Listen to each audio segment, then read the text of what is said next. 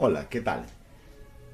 Te quiero mostrar un ejemplo más sobre las inecuaciones, pero en este caso vamos a ver a lo que le llaman las inecuaciones racionales. Normalmente presentan este aspecto como de fracción. ¿Cómo se resuelve? ¿Cómo se halla qué valores toma X?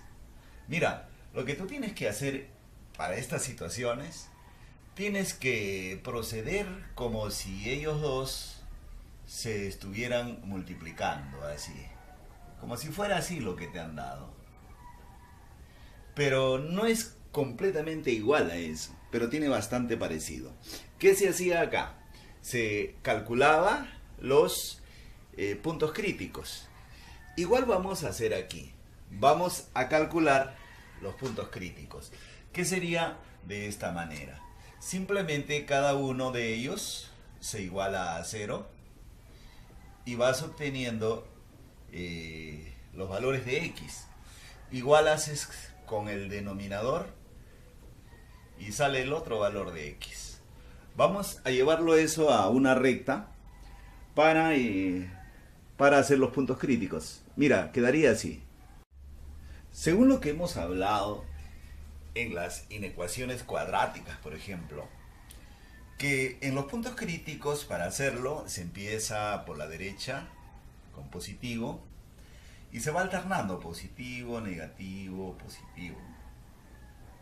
Eso es lo que tienes que hacer.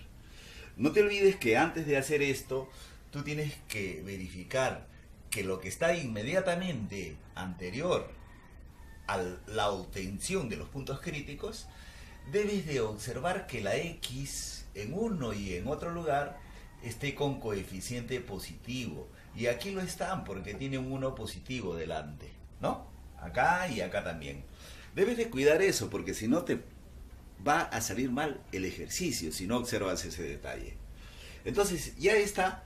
Y así como habíamos hecho en otros ejercicios, para ver qué zonas debo tomar, me fijo aquí en la expresión y veo que la expresión es menor que cero. Menor que cero me da la idea de negativo. Eso me indica que debo tomar esta zona. Por lo tanto, los valores de X serían los que se encuentran aquí. Aquí donde está la zona donde he colocado el signo negativo. Estos valores serían los valores de X que me están pidiendo. Vamos a graficarlo. Ahora, según lo que yo te he dicho, cuando va acá con el igual, cuando aparece el igual, porque eso es menor igual, en ese caso se debe de llenar estas bolitas que se observan. Con eso se indica que X está tomando todos los valores reales que están aquí y también X vale 1 y también X vale 2. Con eso se está indicando. Pero hay un pequeño detalle, que siempre que tú estés en cualquier parte del mundo, en cualquier parte de la matemática, siempre el denominador tiene un valor prohibido. Este denominador nunca puede ser cero. Entonces, lo que tú tienes que hacer, si gustas, antes de empezar a resolver, tú debes decir ese denominador no puede ser cero. Y entonces esto lo manejas igual, casi igualito que una ecuación, pasa el uno al otro lado y tú entonces llegas a la conclusión de que X no puede ser 1. Por lo tanto, aquí X no puede ser 1. Entonces, ¿qué va a pasar?